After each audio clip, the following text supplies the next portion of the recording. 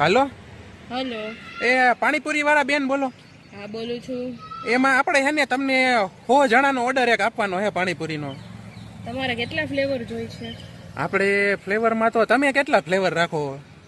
આપણે જો હમણાં નવું બાર પાડ્યું છે, 10 ફ્લેવર આપીએ છીએ. હોમ મોસ્ટ ઓફ બધા 4 જ આપે છે, આપણે 10 કર્યા જ ચાલુ.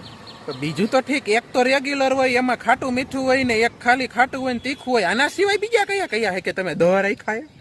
તમે લગ્ન પ્રસંગમાં જાઓ એટલે તમે બરફી ખાતા હશો. હા, અમે બરફીનો ફ્લેવર આપ્યો છે.